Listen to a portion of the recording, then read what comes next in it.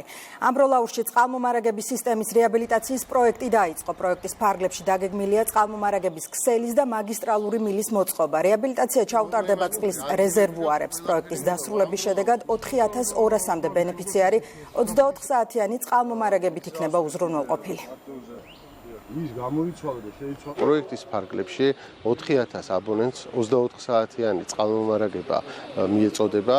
პროექტი ღირებულება შეადგენს 14 მილიონ ლარს. ეს არის ესე ვთქვათ საუკუნის პროექტი ამ რეგიონისთვის, რომელიც აუცილებლად ყველა მოსახლემდე მივა. იგეგმება სათავე ნაგებობების სრული რეაბილიტაცია, რომელიც უზრუნველყოფს ქალაქ ამბროლაურისთვის 24 საათიან საერთაშორისო სტანდარტების შესაბამისი ხარისხიანი წყლის მიწოდებას. ყოველი წვიმის შემდგომ იმღრებოდა სათავე ნაგებობა და მოსახლეობას არ მიეწოდებოდა წყალი.